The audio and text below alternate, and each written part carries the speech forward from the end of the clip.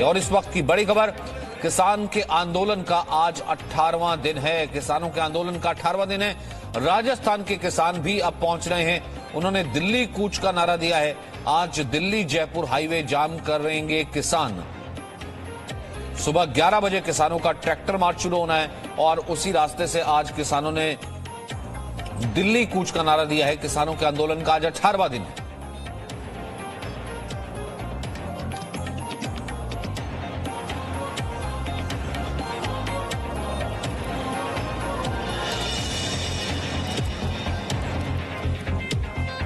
ये देखिए, आज 18वां दिन है। किसानों से राजनाथ सिंह मिले हैं। वहीं अच्छी बात यह रही कि चिल्ला बॉर्डर को कम से कम खोल दिया गया। लगातार कई दिनों से बंद था। चिल्ला बॉर्डर पर आवाजाही चल रही है। सुबह के वक्त ट्रैफिक वहां पर सामान्य था, लेकिन दिल्ली के अब भी 5 बॉर्डर्स बंद हैं। वहीं जयपुर से राजस्थान के कुछ किसान दिल्ली आ रहे हैं। जयपुर से दिल्ली कूच का उन्होंने नारा दिया है। कल से भूख हड़ताल की भी उन्होंने चेतावनी दी है।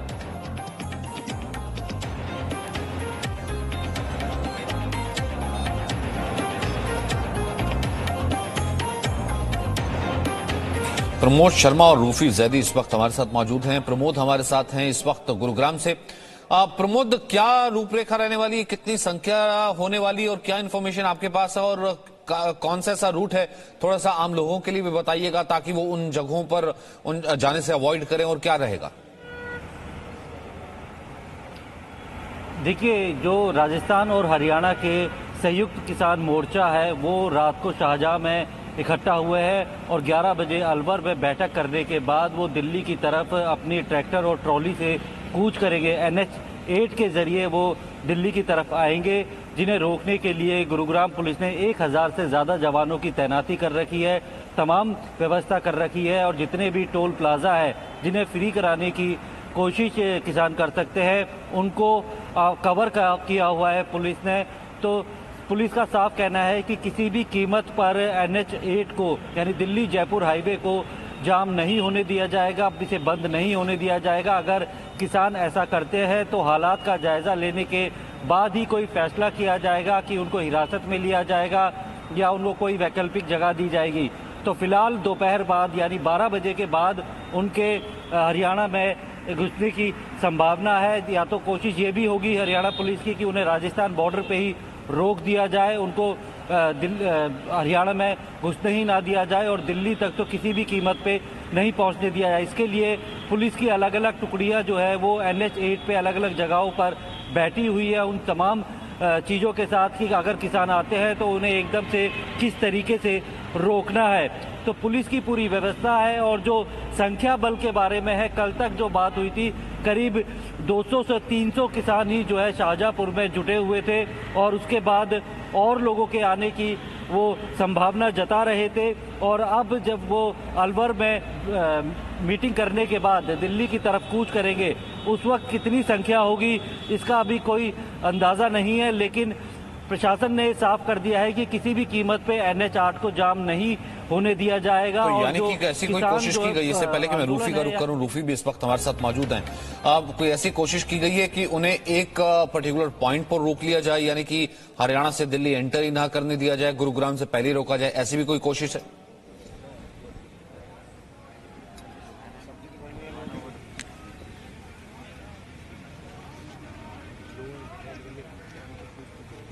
प्रमोद, डिसाइड नहीं हुआ, सामान्य है जो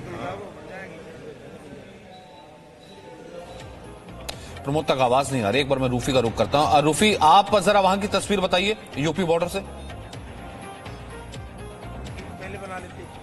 जी सचिन, इस वक्त मैं आपको तस्वीर दिखाती हूँ। 13 दिन बंद रहने के बाद ये जो दिल्ली नोएडा बॉर्डर है ये अब खुल चुका है ट्रैफिक के लिए और दोनों तरफ का रास्ता अब ट्रैफिक की आवाजाही के लिए खुल चुका है। यानी अगर आपको दिल्ली से नोएडा की तरफ आना है या नोएडा से दिल्ली की तरफ आना है तो अब आप इस रास्ते का इस्तेमाल कर सकते हैं।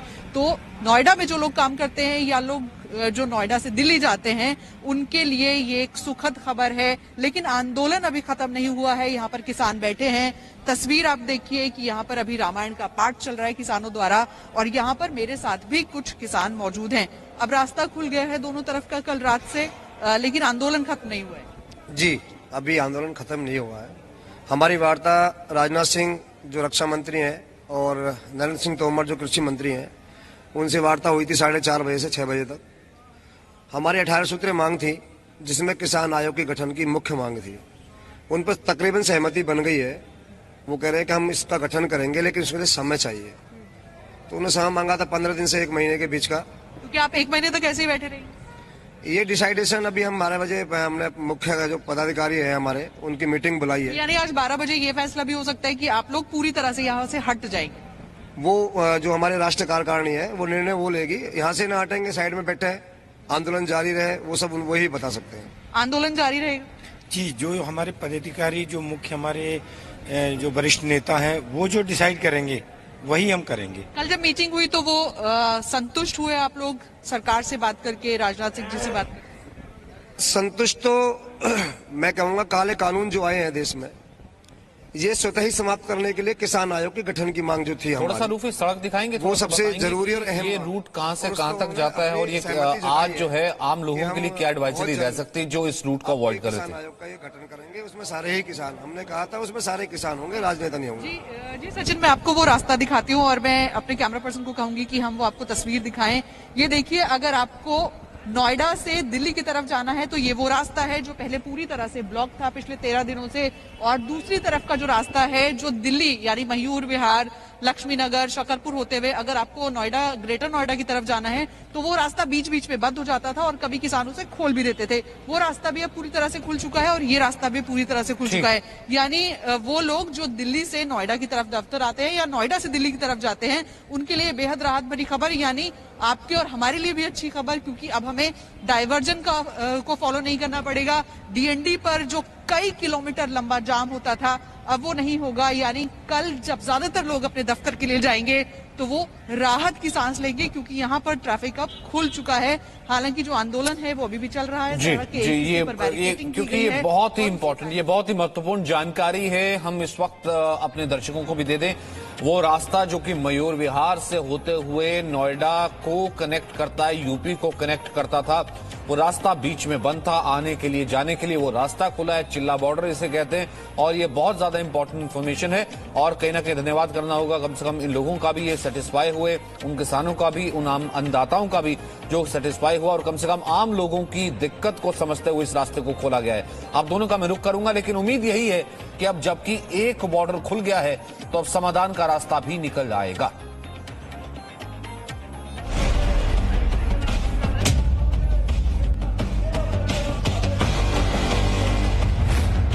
किसान आंदोलन का 18वां दिन, आखिरकार कब मानेंगे किसान?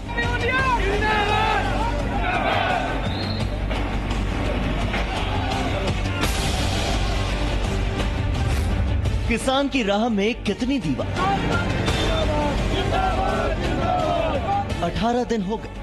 तीनों कृषि कानूनों के फायदे समझाने में प्रधानमंत्री नरेंद्र मोदी से लेकर सरकार का एक एक मंत्री जुटा हुआ है, लेकिन गतिरोध टूट नहीं रहा। शनिवार को प्रधानमंत्री मोदी ने किसानों को फिर संदेश दिया। पहले उस संदेश को सुनिए।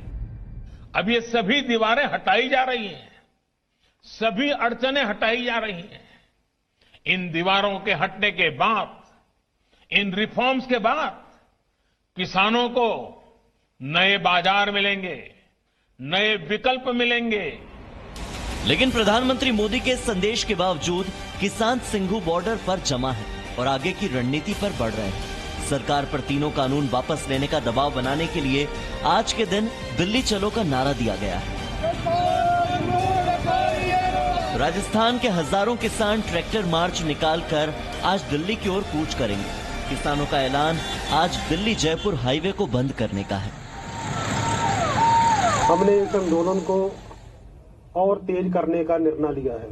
जो दिल्ली को जाते हैं वो 4 पॉइंटों पर हमारा ब्लॉकेज चल रहा है। जयपुर और दिल्ली वाला जो रोड है उसको रोकने के लिए हजारों किसान कल 11 बजे वहां से मार्च करेंगे। किसानों को दिल्ली जयपुर हाईवे बंद करने से रोकने के लिए हरियाणा में सुरक्षा के कड़े बंदोबस्त किए गए हैं। आज के बाद कल यानी सोमवार को किसान आंदोलन को और बड़ा रूप देंगे। 14 दिसंबर को किसान देश में हर जिले में प्रदर्शन करेंगे। किसानों का प्रदर्शन सुबह 8 बजे से शाम 6 बजे तक चलेगा। किसान बीजेपी के मंत्रियों और नेताओं का घेराव भी कर सकते हैं। सिंघू बॉर्डर पर बैठे किसानों ने सरकार को अब 19 दिसंबर तक का अल्टीमेटम दिया है। इसके बाद किसान अनिश्चितकालीन हड़ताल करेंगे। 19 तारीख को जो शहीदी दिवस है गुरु तेग बहादुर जी का, उस पे हमने अनशन पे बैठने का फैसला ले लिया है कि उस तारीख से 19 तारीख तक अगर हमारी बात ना मानी गई तो अनिश्चितकाल अनशन जो है हम यहीं पे इसी धरना स्थल पे शुरू कर देंगे। सरकार किसानों को कृषि कानून में संशोधन की कई बार पेशकश कर चुकी है। सरकार के मंत्री लगातार आग्रह कर रहे हैं और ऐसे में किसानों का वो धड़ा भी अब खुलकर सामने आ रहा है जो कृषि कानूनों को फायदे का सौदा मानता है। हरियाणा के किसानों ने कृषि मंत्री नरेंद्र सिंह तोमर से मुलाकात की और मुलाकात करके उन्हें समर्थन पत्र दिया और साफ कहा कि सरकार तीनों कानूनों को बरकरार रखे। यो असल में किसान आंदोलन नहीं रहा, उसका राजनीतिक रूप ले लिया है। वो किसान का जो हम क्या कि किसान को असली आजादी इन 3 कानूनों से किसानों को मिलेगी। कृषि कानूनों की सही तस्वीर किसानों तक पहुंचाने के लिए सरकार के साथ अब बीजेपी भी एक्टिव मोड में आ गई है। बिहार में बीजेपी आज से 13 दिन का जागरूकता अभियान शुरू कर रही है। बीजेपी नेता बिहार के 38 जिलों में चौपाल लगाएंगे और कृषि कानूनों के फायदे किसानों को गिनाएंगे। ब्यूरो रिपोर्ट, जी मीडिया।